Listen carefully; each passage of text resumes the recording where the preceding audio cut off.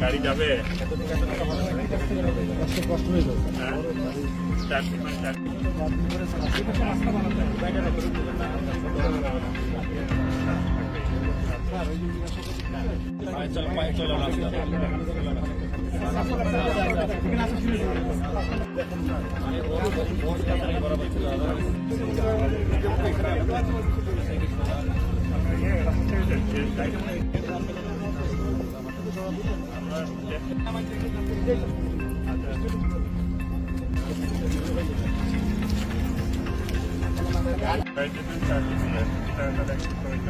মাঝখানে এটা সরাই করো।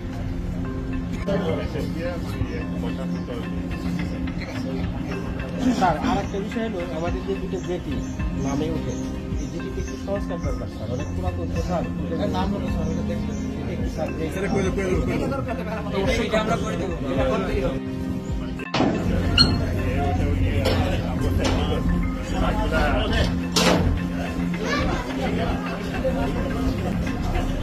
গত ঈদে যে আছে মর্মান্তিক দুর্ঘটনা ঘটেছে, আমরা এটার কারণটা উদ্ঘাটন ইতিমধ্যে এটা তদন্ত হয়েছে এবং তদন্ত হয়ে কিছু কারণ উদ্ঘাটিত হয়েছে।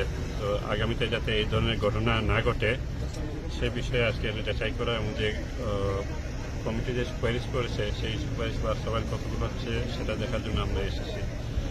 ভবিষ্যৎ যে পরিকল্পনা আমরা চাই সকল ধরনের যাতায়াত ব্যবস্থা নিরাপদ হোক, তার মধ্যে নৌ পরিবহন একটা অন্যতম খাত। তো একটা বিষয় আসলে যাত্রীবাহীর ক্ষেত্রে আপনি সারা বিশ্বে দেখেন যাত্রী পরিবহন নৌ পথে কমতেছে, কিন্তু পণ্য পরিবহন ঠিকই আছে। আমরা হয়তো পরিবর্তন যেটা হচ্ছে আমরা সেই পরিবর্তনের সাথে আমাদের খাপ খেতে হবে। যাত্রী সেবা এবং নৌপথ পরিবহন কীভাবে আরও যাত্রী বান্ধব করা যায় সেই বিষয়ে প্রয়োজন। নদী থাকলেই বাঙ্গন থাকবেই এবং এই বিষয়টা আমাদেরকে প্রতিনিয়ত মোকাবেলা করতে হয়। হ্যাঁ, ঘাটও বাঙ্গন হবে, নদী বাঙ্গন হবে, এগুলো স্বাভাবিক জিনিস, এটা প্রাকৃতিক জিনিস, এটা ঘটবেই। এটা মানে কেউ তামাইতে পারছে কিনা আমরা ঠিক জানি না। এবং যারা বিদেশি যারা আছে বলে নদীকে শাসন করা যায় না, নদী তার মতোই নদীর মতো থাকতে হয়, আমরা নদীর সাথে আমাদের খাপ খেতে হয়। তো বাঙ্গন যেখানেই হোক আমরা সেই প্রতিরোধ বলবো না, আমরা এই বাঙ্গনের সাথে খাপ খাইয়ে কীভাবে আমরা এই বিষয়টাকে যতটুকু মিনিমাইজ করা যায় সে বিষয়।